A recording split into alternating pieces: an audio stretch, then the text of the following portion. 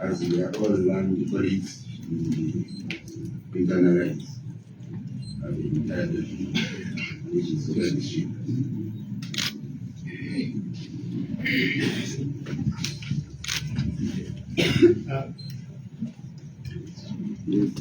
Your Honor, these 4 applications, in our opinion, in the event that bail is granted, there are procedures that we undertake. So it is in our opinion, if we got a summary of the 4 decisions, probably we could have time this Friday to process just in case. Council, I want for half my time. What has been given to me as a consolidated application. It's a cost we oblige. If it's not, If we have to take 1 hour, let me read everything. The summary will come in if it is, but it's consolidated. Your Honor, if it's consolidated, application zonna okusaba kwamwe mwenna abana bakoze ensala emu ng'egatta zonna. So let's get to the point.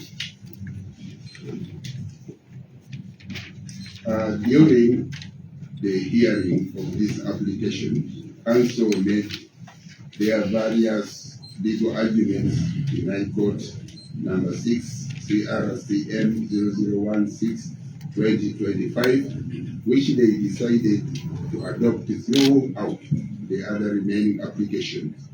While making this ruling from the submission of the Council in the matter, I observed that High Court, that is HCT 06 CRCM 015/2025 and the 2016, 2017 and the 2021 00117 all had similar questions of law and they all arose out of similar facts.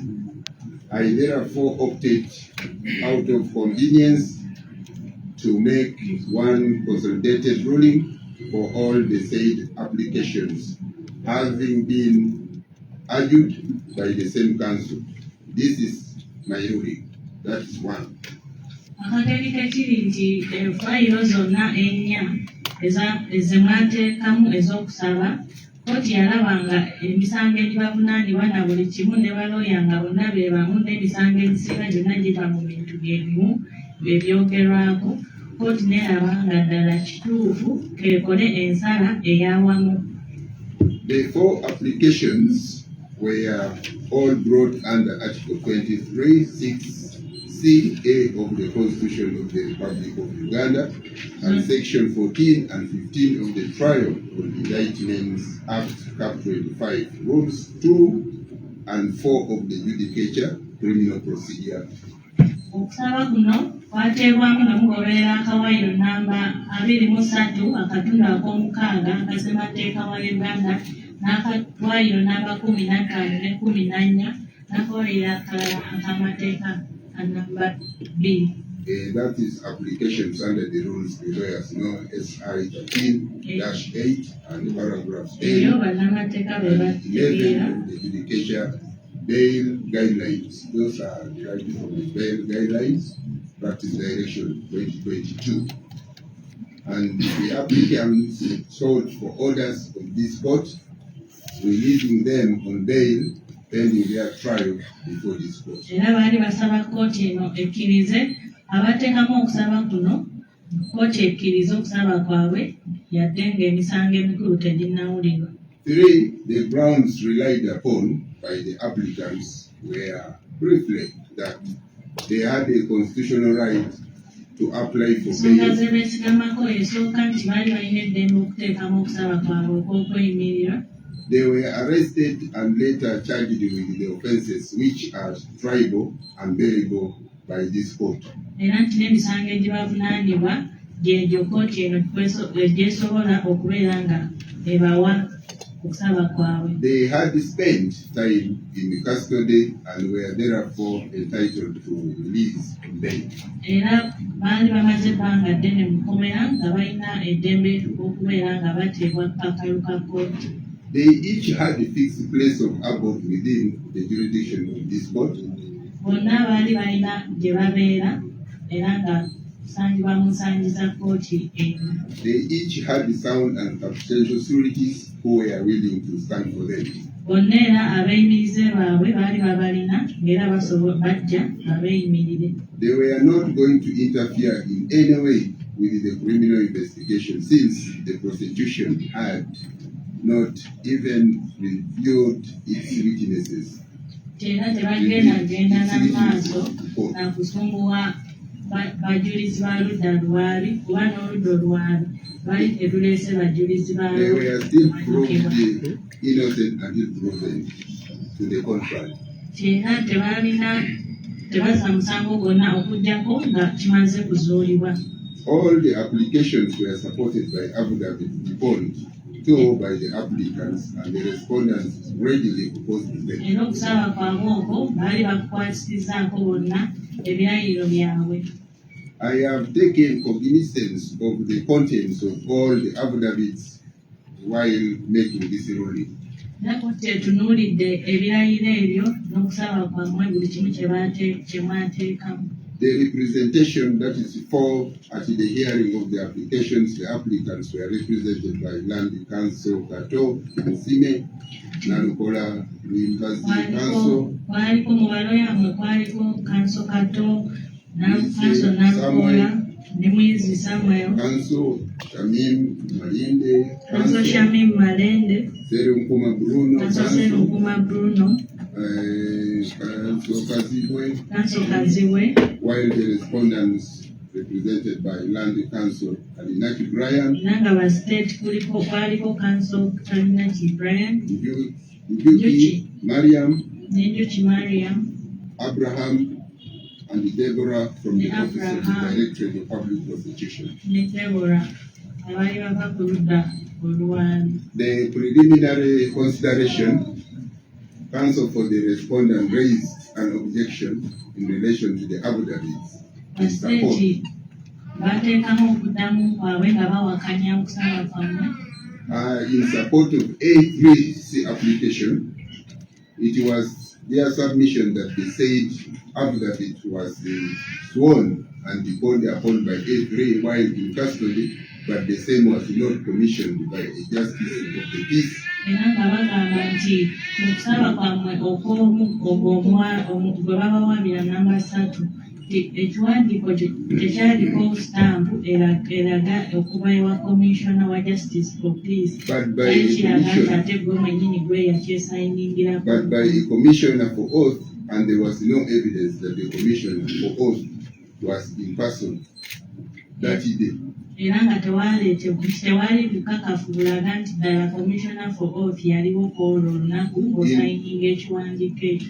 In reply, it was submitted on A3's behalf that the day the affidavit was commissioned is the date when A3 was brought before the lower court, and on that day, the commissioner for oath was in Masaka. Hence, it was not important that A3. Era baloyammwe mu kuddamu bagamba nti olwo olunaku lwe baali bakuleese mu kkooti lwe wasobola okubeera nga basayininga ekiwandiiko kyekyo, era oyo yakiteekako omukono yali Masaka teyali Kampala. According to Section 3 of the Justice of Peace Act, which is quoted, Cap 17, the Justice of Peace has the duty to administer oath and affirmation in the like manner as a magistrate. Era nga bagamba okusinziira kawaayiro namba 6 kafuge amateeka ag'okukomishoninga nti justice for peace alina eddembe oba obuyinza okubeera nga asayininga n'akomishoninga ebiwandiiko ebyo ng'omulamuzi yenna wa kooti. The practice of courts in the country, and I take judicial notice of this practice, that oaths and affirmation of inmates in prisons must be taken before a justice of the peace. Era ng'abo bonna baba basibiddwa kkooti ebeera nga yo ekimanyi nti abo bonna ababa basibiddwa babeera mu kkomera ebiwandiiko byabwe baba babitwala wa Justice for Peace ne baba nga babiteekako emikono.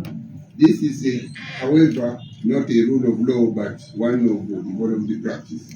Naye ng'ekyo tekiri mu tteeka naye nga kye kibadde kikolebwa. Therefore, oaths and the affirmation may be taken before a magistrate, a registrar, or even a commissioner for oath as convenience may dictate in accordance with the provisions of the Commissioners for Oaths Act. Era ebirayiro ebyo biba birina otwalibwayo ne babiteekako sitampu eya komishona okusinziira ng'amateeka bwegogera. In the instant matter, I note that it was not only the affidavit of A3 that was not commissioned by Justice of the Peace, but also those of A1 and A2. Era kkooti eyakirabye nga nti omuwawaabirwa namba 3 yekka si ye yekka bwe baakolako ekirayiro kye yeesayiningira naye ne namba 3 ne namba 2 bonna balina kizibu kyekimu. Counsel for the respondent argues that no commissioner for oath was present when the applicants were affirming or swearing their affidavits on the 28th of March 2025. Era ng'omuwaabi wa gavumenti ye yakakasa n'agamba nti nga 28 omwezi ogwokusatu omwaka guno tewaaliwo komishona owa Justice for Peace eyaliwo nga musayininga ebirayiro byammwe ebyo. On the other hand, counsel for the applicants argued that on the date the affidavits were commissioned is the date when A3, A1, and A2 were brought before the lower court. Era looya wammwe yalemerako n'agamba nti olwo olunaku lwe mwateekako omukono ku birayiro ebyo lwelwo olunaku lwe mwali muleeteddwa mu kkooti. And on that date, the commissioner for oath was in Masaka, hence it was not important.